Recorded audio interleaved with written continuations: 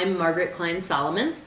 I was born in Ann Arbor, Michigan, and lived there through high school, which was a great place to grow up. I went to college at Harvard, where I studied social anthropology, and then I went around the world traveling for a year before going to a PhD program in clinical psychology in Long Island called Adelphi University, and learned to be a clinical psychologist. So my name is Ezra Silk, and I was born in Decatur, Georgia, a suburb of Atlanta, and went to college at Wesleyan University and studied history. And I've been focused in newspapers, newspaper reporting since high school. And then I went into newspapers after college. I went up to Maine, and I quit my job as a reporter in 2011, and I went around the country during the Occupy Wall Street movement and was interviewing people on both coasts. And I went to Europe and interviewed people in some of those movements there, and it really got me thinking not only about social movements and what's happening in the economy, but I met some people who really focused on ecology and the environment, and that got me going down that route. So while I was in my PhD program, I began to get more and more alarmed about climate change.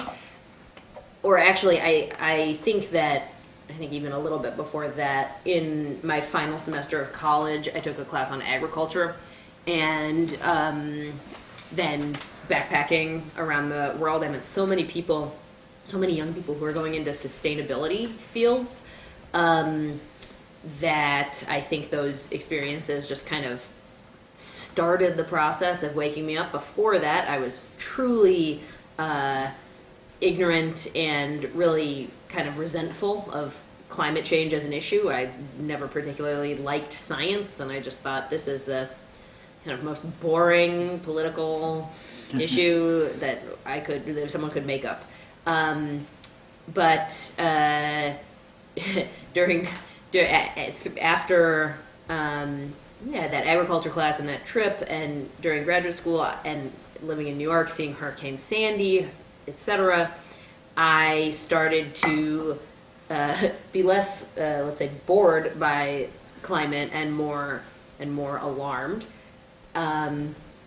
And I started to do some pretty serious reading and writing about the climate crisis and some of the psychological dimensions, and was planning to start a blog when a good friend of mine issued me quite a challenge. He said, "Don't start a blog.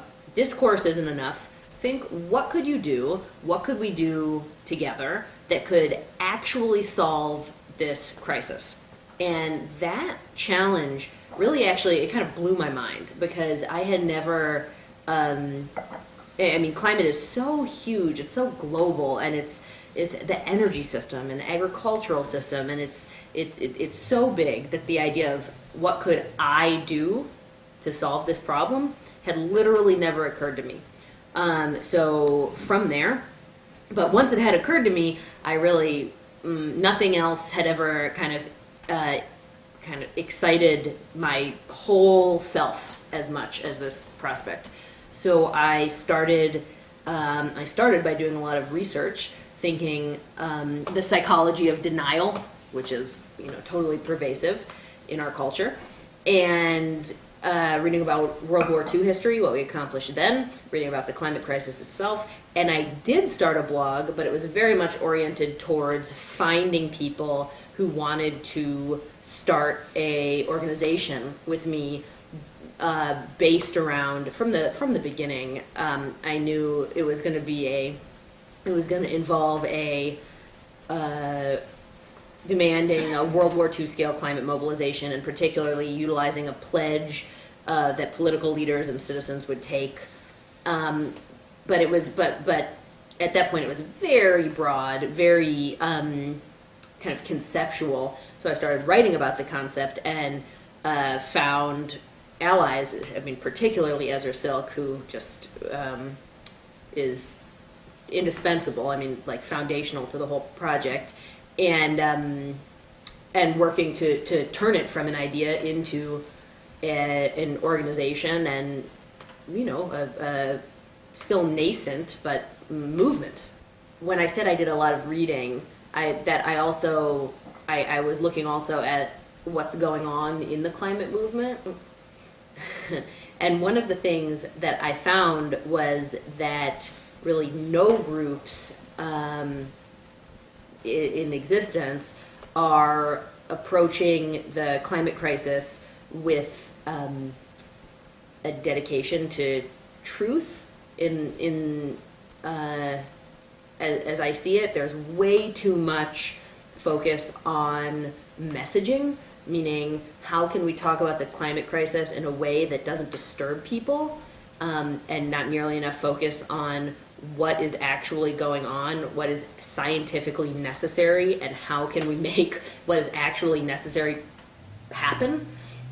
Because, I guess another way of putting it is there's an emphasis on political realism over scientific reality, as well as the fact that climate science is so complicated that it takes a lot to actually understand what's going on. So I really thought that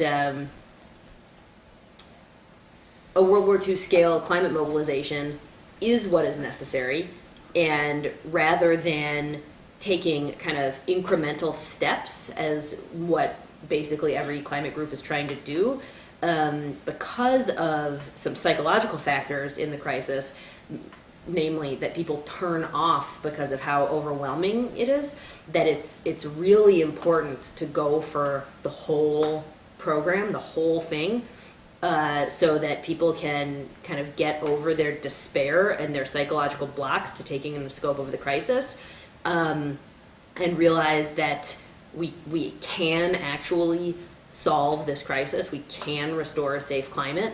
It's going to take a huge amount of political change and movement building, but to me, that approach is actually much more inspiring than the idea of small realistic changes, such as reducing emissions from electricity by 30% in 10 years or something, that are very doable, or they seem doable, but don't actually solve the problem, if that makes sense. So that was the primary reason to start a new group, that I didn't see any existing groups operating from the values and theory of change that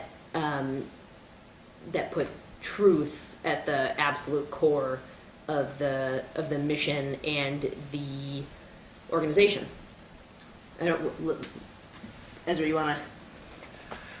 Well, as I said, I'm a reporter, and I think the reason I got so interested in the climate change and energy stuff was I sort of got that sense that I do sometimes when I find a source, when I started reading some of these reports and accounts of what was happening, that there was a real dissonance between the narrative in the press and the scientific reality, and that what the scientific reality was saying was that there was a moral crisis occurring without us really reacting, that was some on the scale of evil of the Holocaust or something, or even greater than that.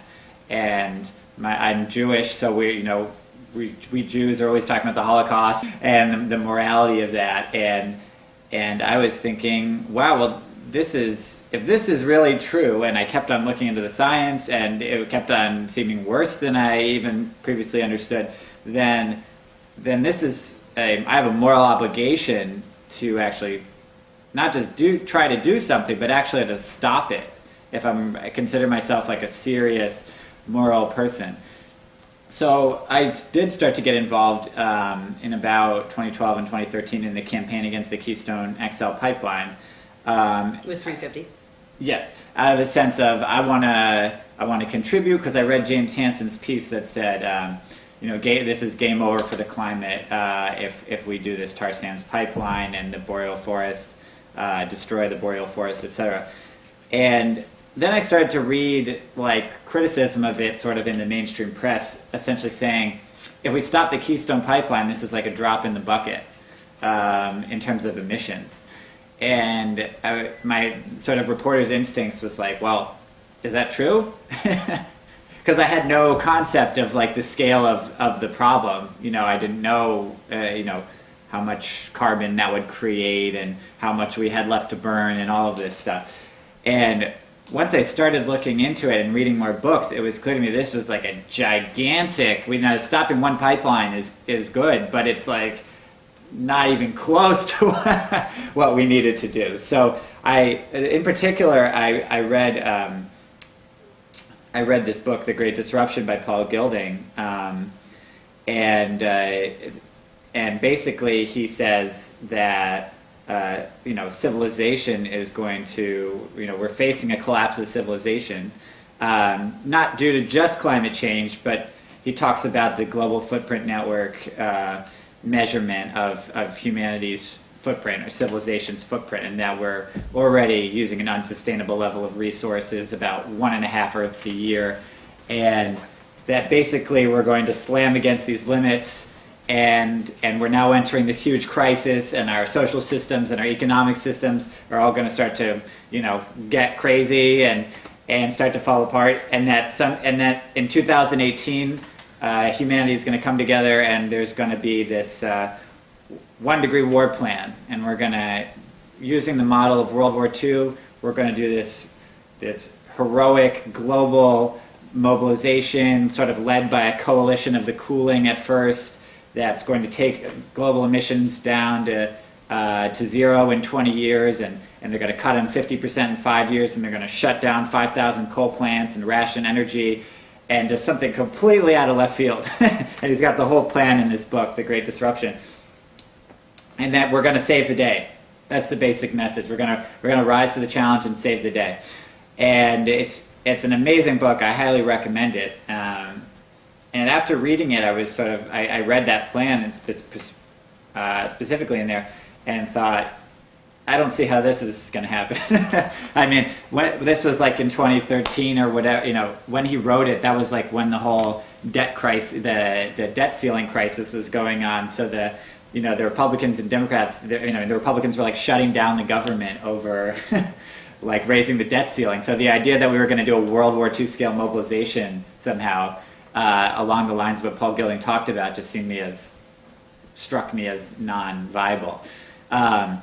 So I kept on feeling that I became increasingly alarmed and sort of hysterical, because I was trying to talk to people I knew and say, this is like, I kept on comparing it to the Holocaust when I was talking to my family. And finally I came across on Alternet this article by Margaret. I was living in Bar Harbor at the time, and basically saying something similar to what she just said about how people get overwhelmed. We need to give the full solution, the full-scale response to the crisis, sort of a critique of what the existing climate movement had been up to, and basically she had worked out this whole proposal for a social movement. I think it was called the Human Survival Party or something. Or Human Climate Pledge at that point. Human Climate Pledge. And I was like, oh my God, who is this person coming out of left field with this whole like game plan? Like who has a game plan? Because I had been going around covering the Occupy movement, and the whole point of the Occupy movement was not to have a game plan, but it was that the people would come together in these consensus, and there would be this sort of spontaneous eruption of democracy that would guide us. But yeah, I found Margaret's blog and I got in touch with her, and I wrote her some crazy emails trying to show that I could contribute something, because I wanted to. Immediately we could tell we had been reading sort of similar stuff. We both read Paul Gilding's book, The Great Disruption, and we'd also both read Eric Hoffer's book, The True Believer, which is this like really interesting anatomy of social movements written in 1950, sort of shaped by the whole World War II experience. And yeah, we just started planning the whole thing like almost right away. David Roberts, a popular climate blogger, characterizes humanity as caught between the impossible and the unthinkable. And my grandmother is a Holocaust survivor. The Holocaust has been a major theme of my life and in my family, and so I definitely share Ezra's kind of feelings about like, to be a moral person when something horrible is going on. You cannot be passive. You have to do everything that you can. What we need to achieve seems impossible, but we need to achieve it, and so let's start making a plan. I mean, let's do whatever we can using ourselves as the tool. I mean, that's what we've got, and it's been so exciting to see what can come of that, to see what can happen when, again, founded on truth, which is, I mean, the basic kind of truth that I think is so missing in how people talk about climate change and clean energy and green jobs and gradual changes, is that we are in a true existential crisis. The climate is very dangerous already and getting worse all the time, and only like David Roberts says, caught between the impossible and the unthinkable. So only an impossible, meaning not at all politically possible today, transformation in which really all of our society, economy, industry, and population is geared towards making a rapid transformation to end emissions as quickly as possible and then draw excess carbon and methane and greenhouse gases out of the atmosphere. Only that can protect us from mass starvation, state failure like we're seeing in Syria, huge refugee crises internally and internationally. I mean, the stakes are so high. I mean, really, the stakes of the climate crisis compared to the Holocaust it's actually much, much worse. The Holocaust is so vivid, and it's so, the people talk about the Holocaust as though it's unthinkable, right? But the climate crisis is everywhere. This is our only planet. Well, one thing that's incredible about our what we're doing and using the truth as a foundational, as our foundation of the organization is it's actually incredibly effective as a strategic tool, because, I mean, in my understanding of what's going on right now in the world, I set out to answer this question. How is it that the climate crisis is unfolding at a rapid pace, and yet the vast majority of people live their lives as though it was not, right? They don't talk about it. They don't go to rallies or organize about it. They don't take it into account when planning for things like, what am I going to do with my life? Do I want to have children? What am I going to, I'm going to save money for retirement, whatever, where am I going to live? That people there's this incredible dissociation, mass dissociation that's going on that, climate change is happening, but that's like a science thing or something. That doesn't have to do with me. And so that's what makes the truth so powerful, like Ezra was saying, is that when you speak it, no one can contradict you if the truth is on your side. My point is, what's happening now or not happening in terms of the response to the climate crisis is only possible because of mass silence and passivity, right? Like the fact that no one's saying the truth. You can barely find the truth on TV or in policy or in politics or in even what environmental movements are doing. And that's maybe shocking, but unfortunately true. I mean, and psychologically, to understand this, you got to know that the truth is very difficult, right? I mean, this is like Ezra said. I mean, it's like this kind of dream state. People think Well, it couldn't be that bad, right? Because how could anything be that bad? I mean, it's too horrible to conceive, billions of people starving to death, and therefore it must not be true. I think that's the kind of basic mental operation that just keeps people passive. And so intervening in that by speaking the truth, and especially through our tool, primary organizing tool, the Pledge to Mobilize, which contains our platform, a World War II scale climate mobilization that ends U.S. emissions by 2025 and makes ending global emissions at our top foreign policy priority as quickly as possible and achieve full employment. It contains our political platform and also says, I'm going to support political candidates who have signed this pledge, and I'm going to spread this pledge to others. So, it's a tool for breaking climate silence among your people, your friends, family, neighbors, congregation, colleagues, etc., as well as a tool for gathering power around the demands in the pledge.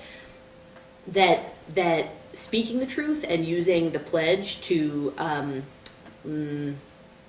to give the truth a little bit more structure, more power, help contain people's feelings, very strong feelings about the climate crisis. That it's very powerful. It can help people wake up, which is really what we're trying to do, to get people, to get our entire society to reckon with this terrible danger that we're in and respond at scale. Well, I think the thing is, we really do have the potential. One of the things Philip talks about in his book, Climate Code Red, is we have this huge economy. It's the biggest economy in history.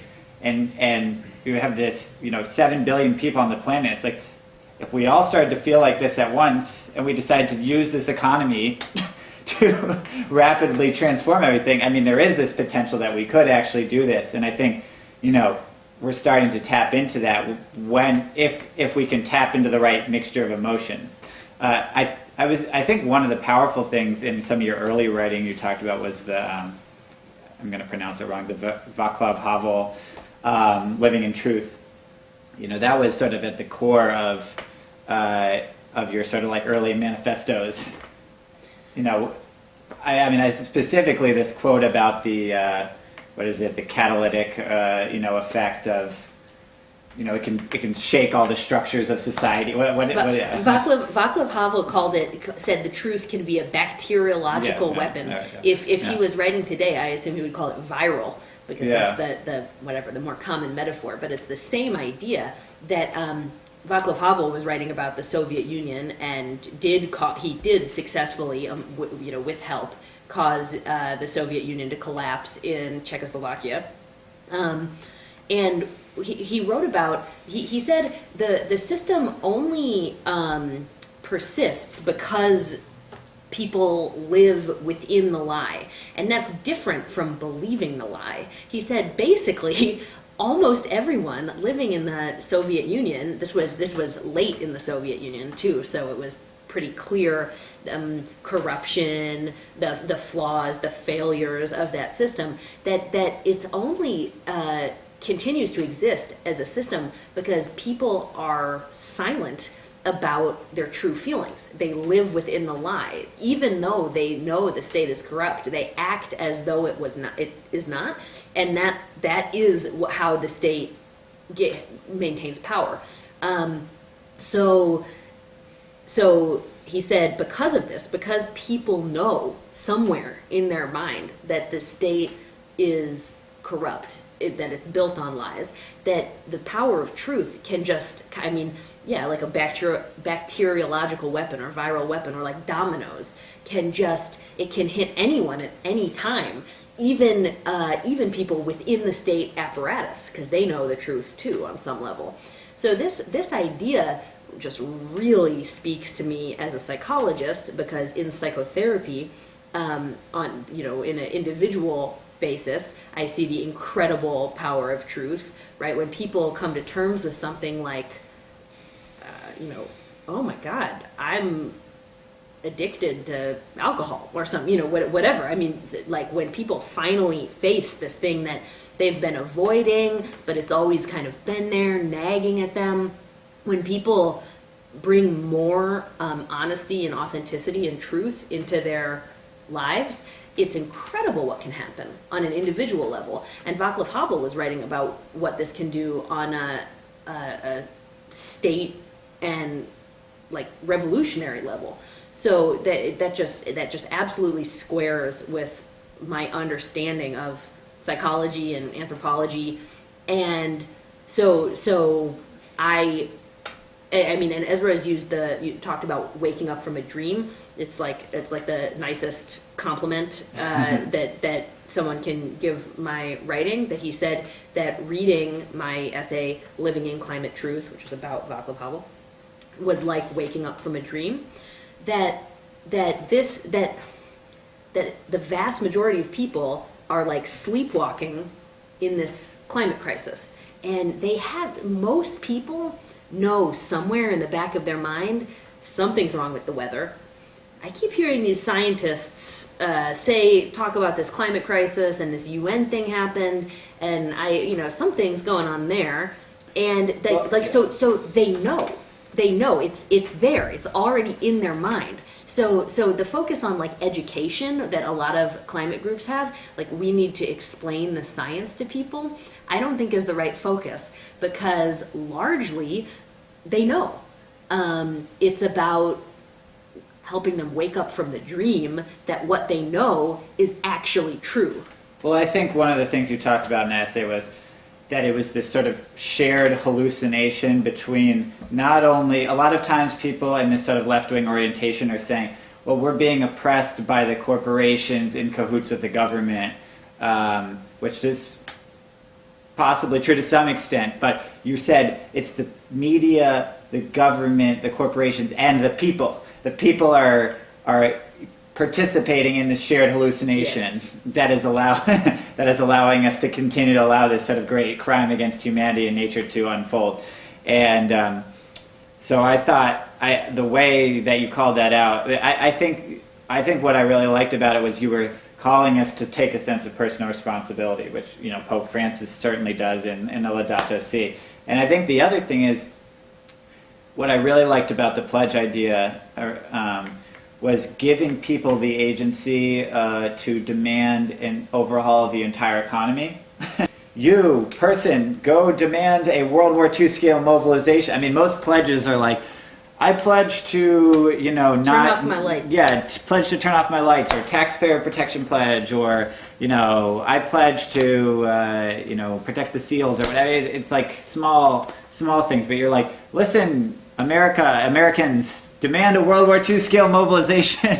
And it was like, yes, it's very empowering. And yeah. To put it back in the framework of the Holocaust, which I do think is the most appropriate moral frame, all it takes for evil to triumph is for good men and women to do nothing, right? All we need to do to have our global civilization collapse and billions of people die is just exactly what we're doing now, right? Just everybody keep living your life, keep your goals and hopes and dreams and identity and political affiliations, keep them the same.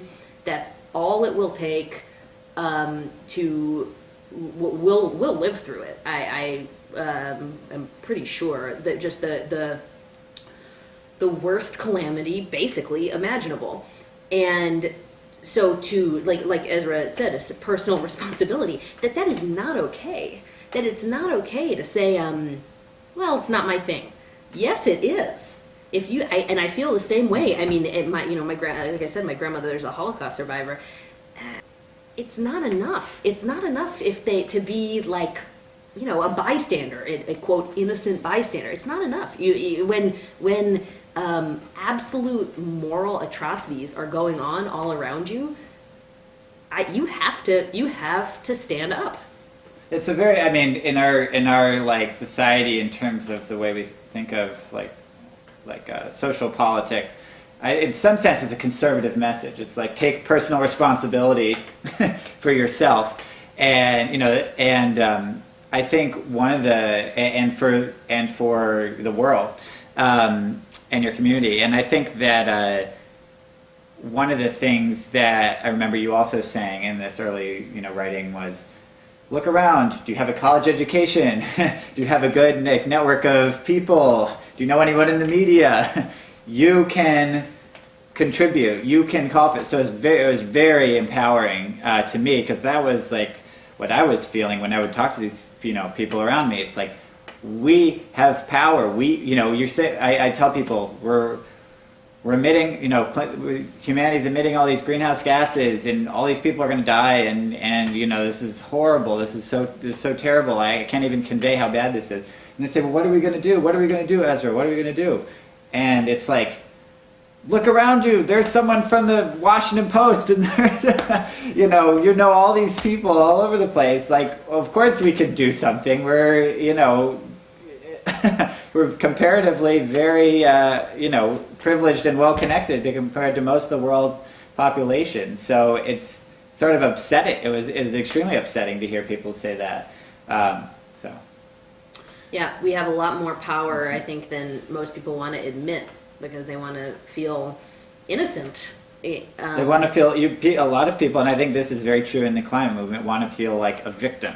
And to some extent, there's shades of victimhood. I mean, people who are younger, who, the older generations do, I think, shares a greater, burden, and I think richer, more powerful people who have more access to political power do share a greater burden to some extent. But at the end of the day, we do all, share responsibility, including our contribution, but also a moral responsibility. I wrote an early paper that said, it said, forget your footprint. Your share of responsibility in the climate crisis is directly proportional to your amount of power. Meaning, right. Because the environmental movement has tended to focus on how much do you personally emit. And I don't think that's very compelling, because I could reduce my emissions to zero, and that would, it's like a drop in the bucket. I would much rather see people do a asset inventory, skills inventory, and say, who am I, and what do I have to offer? Can I organize? Do I have good networks? Do I have media connections? You actually had on your site you had set up, you had like an application form, and it was like, what are your skills? and that was what I really liked about it, was this sort of like mini war effort. It was like, okay, enlist in this thing and contribute your skills you're good at. So, good question. So what Ezra and I have been discussing is from 2 years ago? This writing, like the origin this theory story, yeah. So from then, when Ezra got involved way at the beginning, we started working and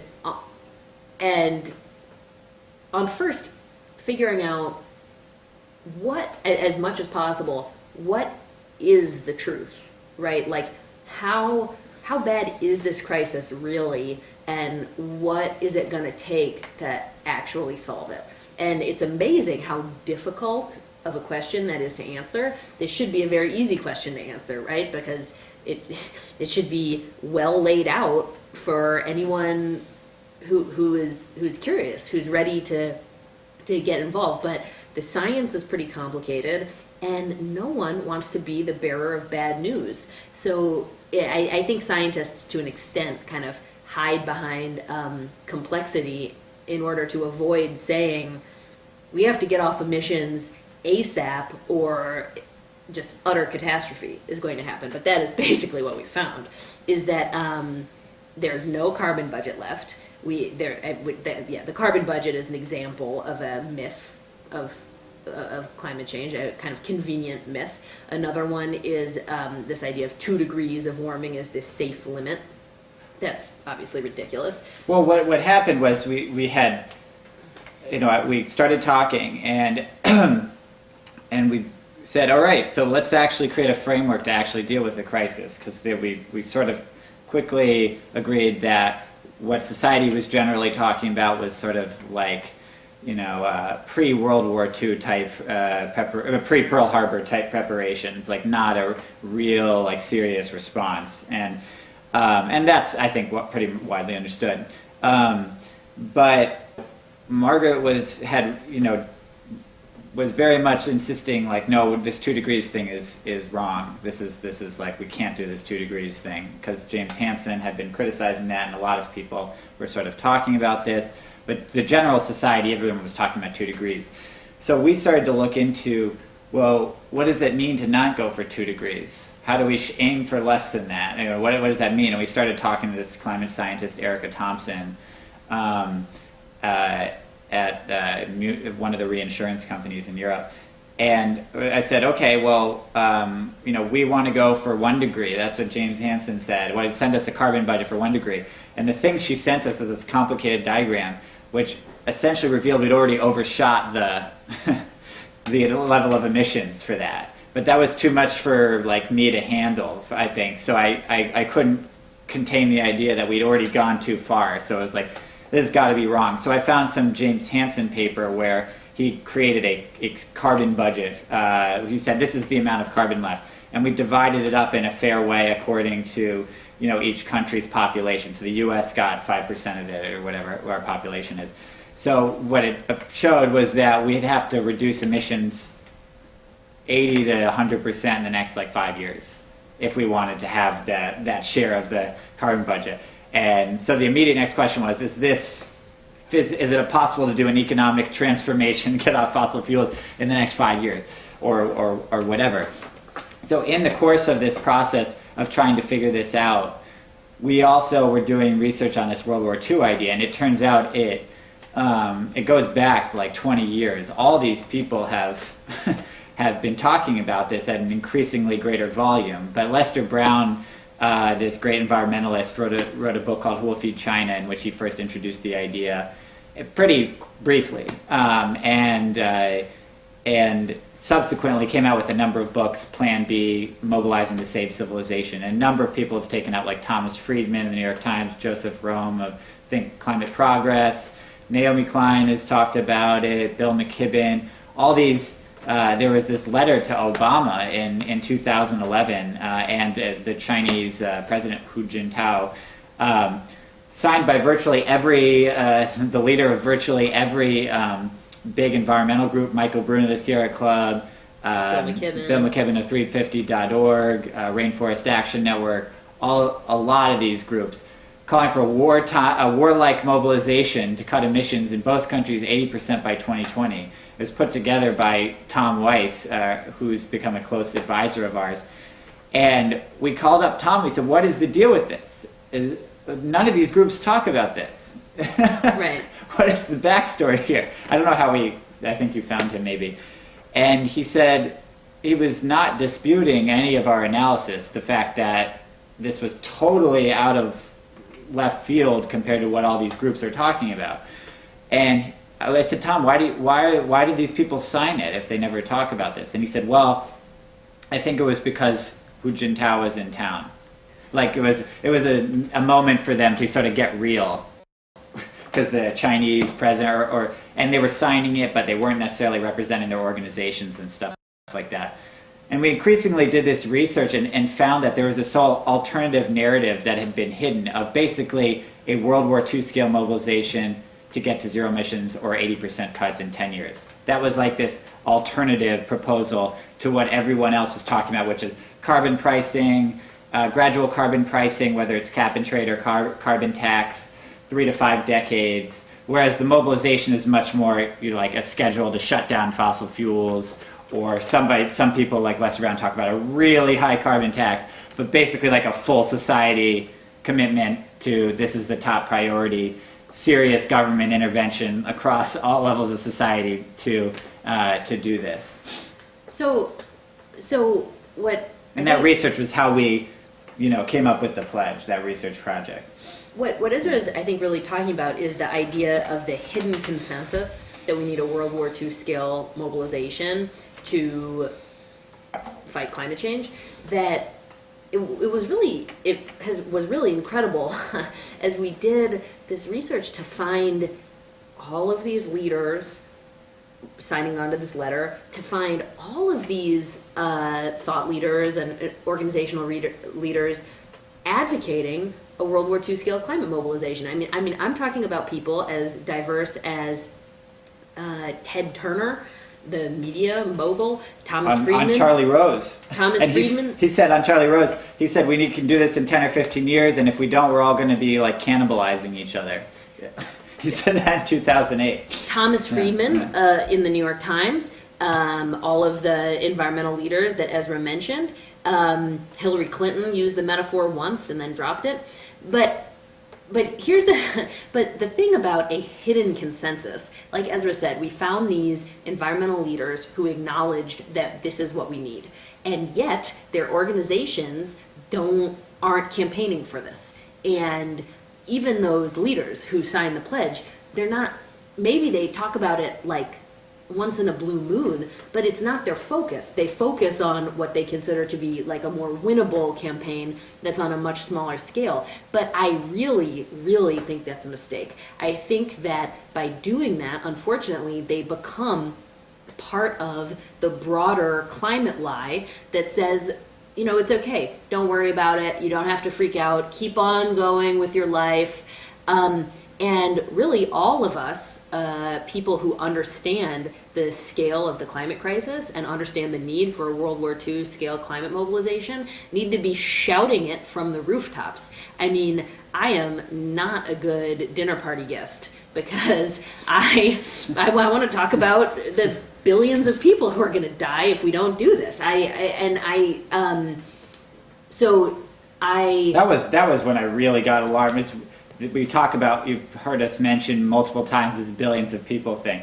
And that was, I mean, I started to read Joe Rome's blog at the Center for American Progress, and he's pretty tied in with like the Democratic Party and, you know, John Podesta, who like writes U.S. climate policy, and he's been talking about this World War II scale mobilization idea since at least like 2007 in his book.